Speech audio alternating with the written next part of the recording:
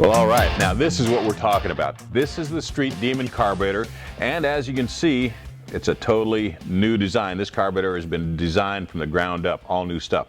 And because it's a street carburetor, you're going to find stuff like this universal throttle linkage here. It's going to have an electric choke, and it's got a dual pattern here on the base plate. Now that's going to allow you to bolt it up either to a standard Holley flanged intake or even a spread bore intake like, you know, the factory installed on your car perhaps, or a lot of aftermarket intakes have that pattern as well. Now, as cool as all that other stuff is, here's what really makes it a good street carburetor.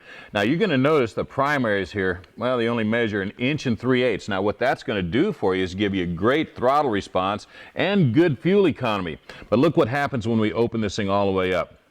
There we go. Now, this secondary here is called their goggle valve. It's a very unique design, and as you can see, it's actually missing the void that's usually here between the two throttle plates. And it's one big one here, and when you dump that thing open, man, it's going to introduce all kinds of air and fuel in there. It's going to give you a real kick in the pants. All right, now that's just a little bit of a look at what's on the outside of these things, but there's also a very unique version I want to show you here. Now this is also available. I want you to take a good close look at it. The main difference is the main body here is made from an aerospace composite.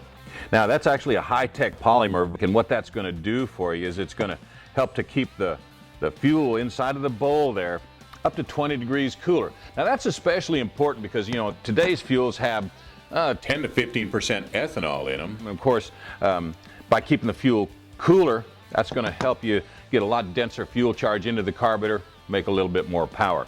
Now I've taken one of these apart over here, and we've shown you what's on the outside. Let's take a look at what's on the inside.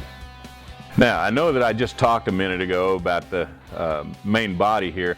This is the aluminum version of that polymer body. Now, this is a die-cast piece here, and the reason for that is it really allows you to control the casting process and ultimately allows you to do a whole lot less machining on the piece here.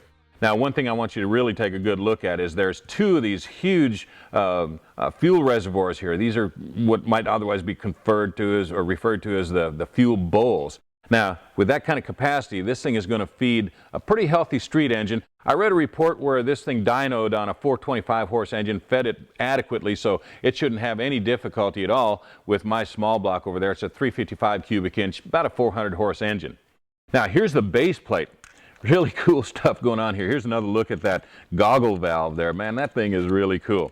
As you can tell, it's got ported vacuum source here, a couple of direct vacuum sources here. It's got plenty of vacuum for just about anything that you're going to run on the street. Plus, here's a pretty unique deal.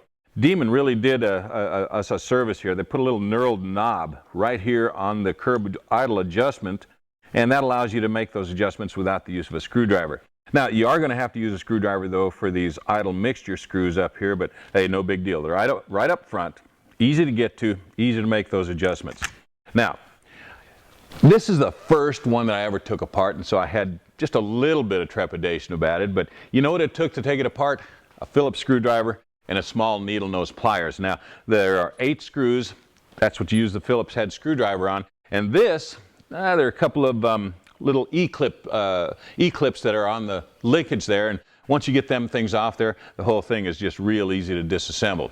Now let's take a look at the top part of this carburetor here, see what really helps make it work. All right, well, let's flip this top over so we can get a better look at it. What you're going to notice here is it has a single 3/8 inch fuel inlet here, and it's got an integral fuel transfer tube. Now what that's going to do, there's a needle and seat on both sides here where the fuel comes in, and of course they're controlled by a pair of floats here. Now, we've got our secondary and our primary jets here, and up front here we've got the accelerator pump housing. Now, it transfers fuel through this little tube right here to the squirters that are visible from the top side. Now, here's what really makes this thing work, though. This is their triple stack boosters, and once we get a good look inside of there, you'll see that what this is going to do is really atomize the fuel really well. And that's, of course, is going to give you a whole lot better throttle response, drivability, and even make sure that because of that complete fuel atomization, you're going to even get improvements in fuel economy.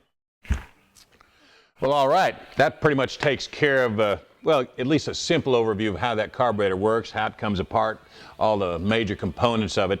So it's about time for me to get back to work. We're about out of time for today, but I've got one more decision I need to make. Do I go with the pretty carburetor or do I go with the high-tech polymer carburetor?